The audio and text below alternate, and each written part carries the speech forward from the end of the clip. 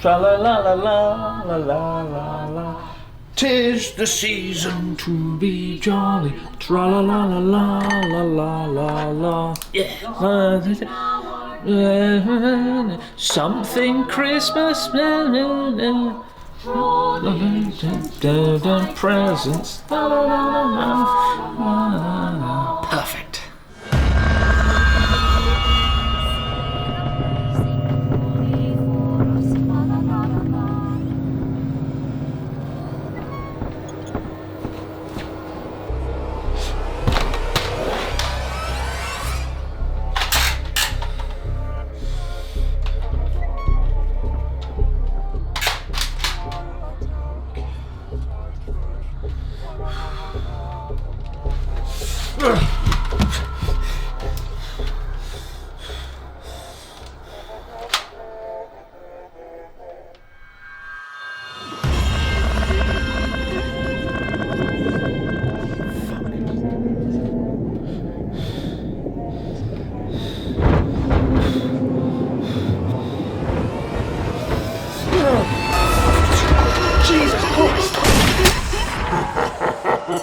Better than Jesus Christ! No, it can't be. RYOTARO Japan. It's fucking written in the instruction. Do not shine the face. It was an accident, I swear.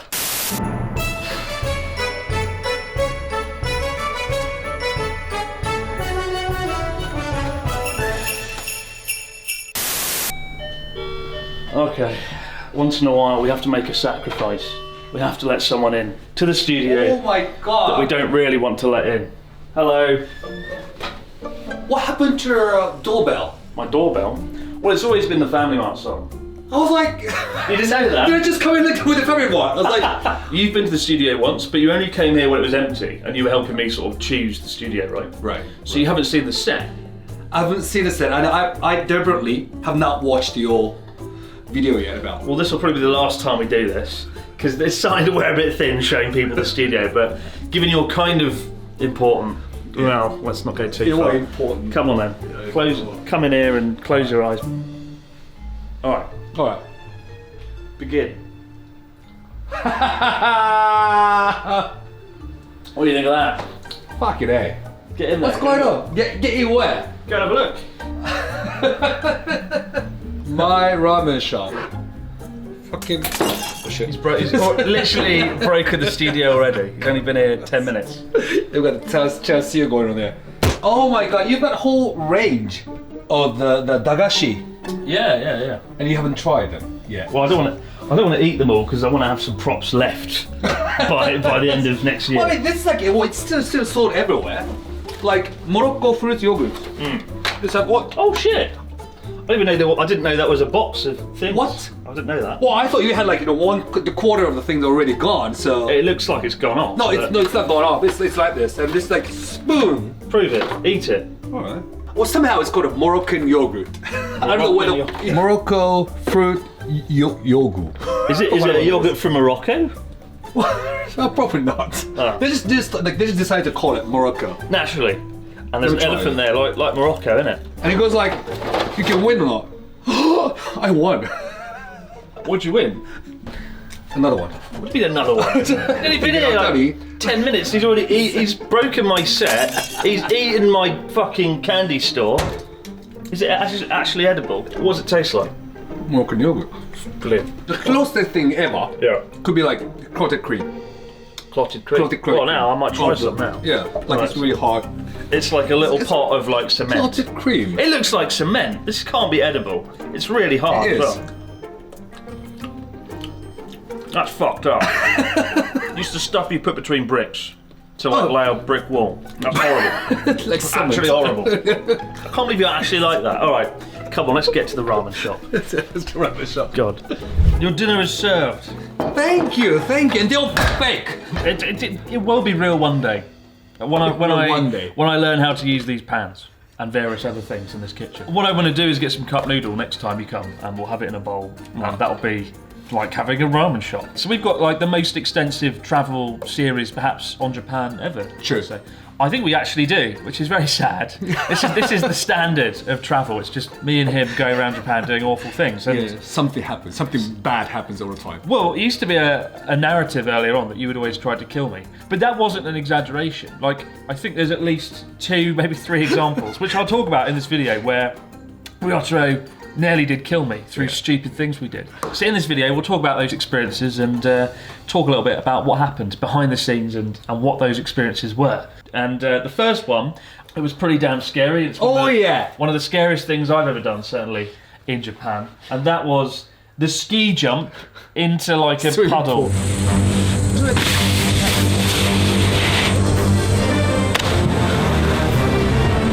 Oh, for heaven's sake. He really does want to kill me. He really does want to kill me. If I break my legs doing this, I'm going to kick you to death with whatever's left of them. Make no mistake. So, That guy made it look so easy. I mean, I'm not a great skier. You're quite a competent skier. So RYOTARO went first.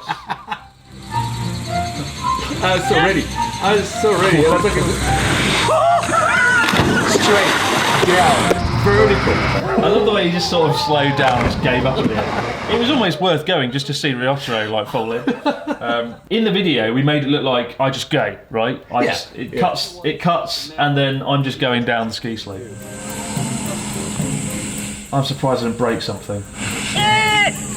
Oh, just the impact of my feet against the water. But in reality, I was at the top of the ski slope for about 20 minutes. Yeah, just standing there, like should I go or not? Should I go or not? Because nothing about it makes sense, right? You're on a fake slope, aiming downwards. There's like a ramp into a big pool, and you just think, I mean, I could barely ski, let alone do that. And my legs were like shaking. Yeah, and like look at him, like he's like he's ski like blades like going like that.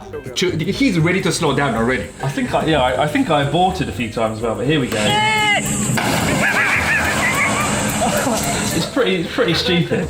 How much did I die on a scale of 1 to 10? I'd say a 2. That's a 2 on the scale. 2 on the scale. But that's certainly one of the worst memories I've got in Japan. Was there a scale? I didn't know that. There is a scale now. That's a 2 out of 10. 2 out of 10. All right, next one. So back in 2016, RYOTARO and I went to Mie Prefecture. Mie Prefecture, Matsusaka City? Yeah, to try Matsusaka beef, which is the most expensive beef in Japan. In Japan. RYOTARO decided that while we were down there, about to try this $300 beef, which was pretty damn good to be fair, he was like, we've got to do one thing first. We've got to climb a cliff of death. And I was like, okay. And we got to this cliff, and you can kind of see it here, how high up it is. Like, it looks like a finger.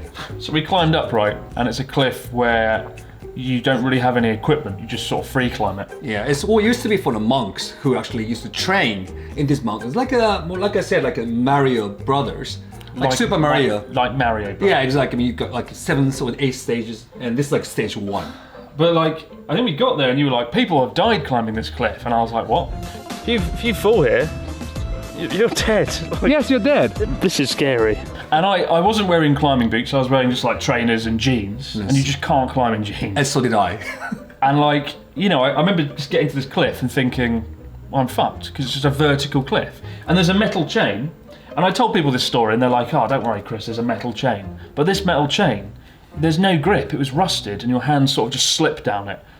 There are no safety ropes. I mean, this guy who's like a real professional climber just runs up it with no problem. Although he's wearing like climbing boots, climbing shorts, he's been up it 500 times, like, he doesn't even use the metal chain of death, like, he just runs up it. But like, look at that, look how steep that fucking cliff is. I mean, it's hard to tell, like with a camera, but it was like so steep. I mean, that's pretty vertical. Like, we're talking like about that incline. Yeah. So I sort of ran up, right? I got halfway up this cliff, and I'm like, oh, it's going all right. And then I looked down, and I was like, wait a minute, this is very high, and this is very dangerous. And if I let go now, it's going to be abroad in a wheelchair. Like, seriously, it was really. Look. I mean, people think that this is like my conspiracy on Chris, but it's not. I did not know this was happening. Really? How convenient. This is scary. There's no cable. There's no like safety cable. You can hear the fear in my voice. I'm worried here. What? This is mental. Move. I can't move. There's a vertical climb in my way. And the last bit was really vertical, really. Yeah. Look down! Look down? It's scary.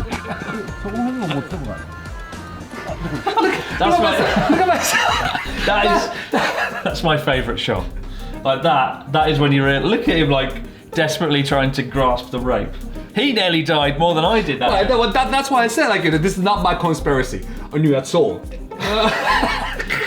It felt like the Lion King, where he's like, "Help me, brother," and Mufasa gets thrown off a cliff. It was a bit like that. Behind the scenes story about this is that as a result of releasing this video, what happened was that there's so many foreigners actually came and they tried to climb this fucking. Really? Yeah. And how many of them died? And well, not sure, but as a result of that. And of like so many people having to come to this place, that they actually set up a sign in English saying anyone who's about to climb has to sign up. No way. Yeah, they did. There's no insurance. Like our guide was rubbish, right? Japanese guides, they're very weird. They just assume you're good at whatever they're guiding you on. So in this case, he was like, "Oh, they must be good climbers." And then we got halfway up. We both struggled. It both became very clear that we couldn't climb. And that we're not pros. And this guy's like, "Yeah, come on, Chris, just a little bit quicker." And I'm like, "Quicker? If I let go of this fucking chain," which had like ripped all my hand off because I'm clinging so hard to it. I was like, "If I let go of this, my legs, my spine, it's going to be nothing. It's going to be like just shatter into 1,000 pieces." But that was like a sort of 7 out of 10. I don't think if I'd let go, I don't think I would have died, but I think I would genuinely be in a wheelchair. I think I would have broken something really badly, and for the love of God, don't do it. Like, unless you're an experienced climber, do not go to this cliff. I mean, there were like some locals who came like in that attended us, and they didn't do it. They didn't climb. Yeah, they're sense. The locals aren't stupid like we are. They know not to climb the cliff of death, and so should you. The most dangerous experience. So, a few years ago, we went skiing on Mount Zhao, which is one of the tallest mountains in Miyagi Prefecture. And they do skiing up there, where you can ski off-piste, right? Yeah. And to get to the top of the mountain, which is incredibly snowy, it's in like the snowiest place in North Japan. You have to use a special snow plow, and you can see here, right? I'm looking out the window, thinking, "Wait a minute, is this a good idea?" Because you can't see, there was no visibility. You can see maybe 2 meters out of the window because of the snow. So I haven't been able to see anything outside the windows for the last 20 minutes other than just white and blizzard. So yeah, I'm a little bit worried, to be honest. But there was also a blizzard that day, and when we got to the top, there was like 20 people in that truck. All of them went off to just walk through the snow and have like a hike. Yeah. Ryotaro, myself, I'm the world's worst guide. We got out. Look at that. Look at the visibility. Whoa. Only once we got to the top of the mountain did Ryotaro reveal he'd booked us on an off-piste ski experience, skiing through piles of snow around 4 meters deep. I'm not going to lie, I'm a little bit worried, given that there's almost zero visibility. It's blinding because of the clouds and the snow, and there's no visibility. And you're on the top of a mountain, there's a blizzard going. I've never skied off-piste, just for the record. I'm not a good skier. I'd never skied off-piste on something that isn't a slope, right? Which means the snow isn't compacted down. And if you fall over... Well, some people love it because it's powder snow. If you're a good fucking skier, you love it. But I'm not. We are only following the trails that are not hard. Not hard. I can't even see the slope, like... This is absolutely terrifying. But if we get separated, aren't we fucked? Well, that's why we got a guide. Just follow the guide. And the guide disappeared, right? Remember? There's the guide. The greatest guide ever. He's so good that about 1 minute into the guiding, he just fucking disappeared. He went into the snow and he was gone. We didn't see him for 45 minutes. Brilliant. But besides, like, you know, it was a blizzarding. Yeah, but you think, with that visibility, you don't know where the edge of like the cliff is. You think, I'd just ski off the cliff. My guide is over there. But the snow is so bad that I keep losing sight of him. It's fucking scary. Oh, I can hear the wind as well. Like, how bad is that? But like, what kept happening is I'd fall over off the skis. The skis would go like 3 meters under the snow. I would lose them. And it's really, really fucking hard to get back on your skis once you've fallen over in snow like this. Look at yourself. Look at yourself. It's almost like drowning in snow. And because of the cold temperatures, because of the stress, because of the energy you need. After this, I'd fallen off like 3 times. I was like, I'm fucked. I can't. There's no way I can get down off this mountain. And the guide's gone. I nearly lost him at one point. and Ryotaro had to come and sort of help excavate my skis. Even he fell off a few times. Oh, yeah. I lost my ski once actually. A battle-hardened ski, like a battle-hardened skier, and even he can do it. Look at it, look at it. Our guide is taking us on a suicide mission through the mountain. Just look down the mountain into nothingness. No guy. He's gone. I didn't know the guide could be like over in the trees. Is he that way? Is he that way? I don't know where the guide was. What a prick. And I've lost my ski. What? Where's my ski? Shit. Where's it gone? The scary thing is, every time you fall off, it takes so much energy to get back on, and it's really, I don't like it. Being in the middle of fuck knows where, without any energy, any sense of direction, only about 3 meters visibility. But despite like the heavy snow and the blizzard and everything, but I recommend this place, the Zao, to anyone who's pro. To be fair, I didn't film most of it. Like that was like 2 hours of just falling off and getting lost in the snow, and I condensed it into like 4 minutes of footage. But actually, it was really, really bad. And ever since that trip, I've never gone skiing with Ryotaro. I always check the itinerary now to make sure there's no death involved. Ridiculous. And thank you for remembering me about those bad experiences that we had. What some great memories there. And I'm sure plenty more to come with less death and less skiing. But for now, guys, thank you for joining me on this episode of 12 Days of Christmas. Stick around for the next episode, the next couple of days, and thank you for coming. Thank you for inviting me, and subscribe to RYOTARO Japan. We'll cut that bit out. We'll cut that bit out. All right, now get out of the ramen shop. It's closed for business. Get out. Oh my goodness. Natsuki didn't do this when he was here. Shocking. Jesus Christ. See you, mate. He's not coming back. He's not coming back.